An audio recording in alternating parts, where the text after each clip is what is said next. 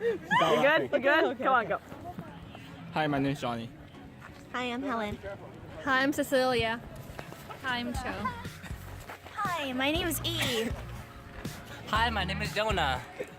Hi, my name is... The first bond is a covalent bond, and that is demonstrated by the weak link of the pinkies. The hands are representing the electrons.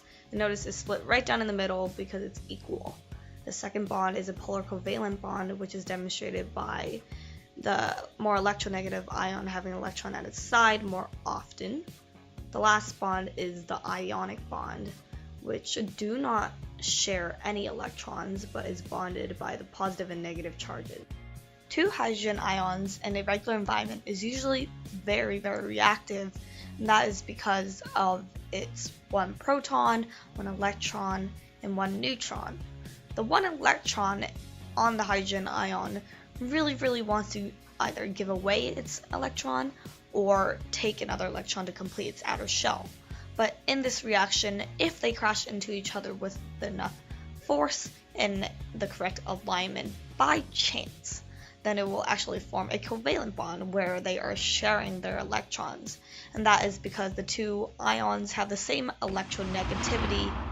And notice how slow the reaction was, and that is due to its very big volume of the container.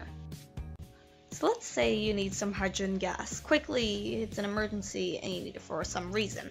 Well, one way to increase the reaction rate is by increasing its temperature. By increasing the temperature of the two ions, you are giving the ions energy, and this allows the ions to move quicker, increasing the chance of it hitting the sides of the container and hitting each other.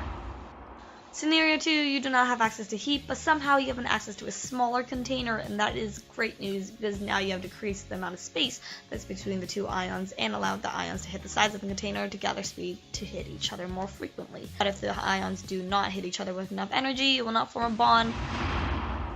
Another way to increase the reaction rate is by increasing the number of molecules in a reaction. For example, there are 7 hydrogen ions in this reaction, and notice the bonds are formed much quicker than when there are only 2 hydrogen ions. And that is because there are more hydrogens for the molecules to bump into each other and form a bond. Now, before we get to the final method in which you can increase the rate of the reaction, we are going to form dihydrogen monoxide, also known as water. And water is a polar molecule. That means the oxygen and the hydrogen are not sharing the electrons equally. And in a normal reaction, the two reactants are dihydrogen and dioxygen, or hydrogen gas and oxygen gas, forming the product of dihydrogen monoxide and an excess oxygen ion. And at room temperature, these two reactants and products are going to be producing at the same rate. But notice the reaction rate is much quicker in the smaller container. And there you have a polar covalent molecule water and an excess oxygen. Now, if you're feeling ambitious and don't want to go to the grocery store, but somehow you have some hydrochloric acid or some sodium hydroxide in your pantry, you can be making your own table salt. Yes, the ionic molecule of sodium chloride. This is formed by an acid and a base. The hydrochloric acid is the acid, and it is because it produces an H+ ion. The sodium hydroxide is the base because it produces a hydroxide or it takes in a hydrogen ion. And notice the reaction took a very long time, and that's because the volume of the container is rather large. However, if the molecules do crash by chance, they will form dihydrogen monoxide and sodium chloride. And the final method in which you can increase the reaction rate is by adding a catalyst, which is also known as an enzyme in biology. Before the catalyst is added, the reaction rate is rather slow, like before. But another way to increase the reaction rate is changing the atoms into moles. Remember, moles is a measurement of the number of atoms in a molecule. Every atom always has a set number of grams per mole.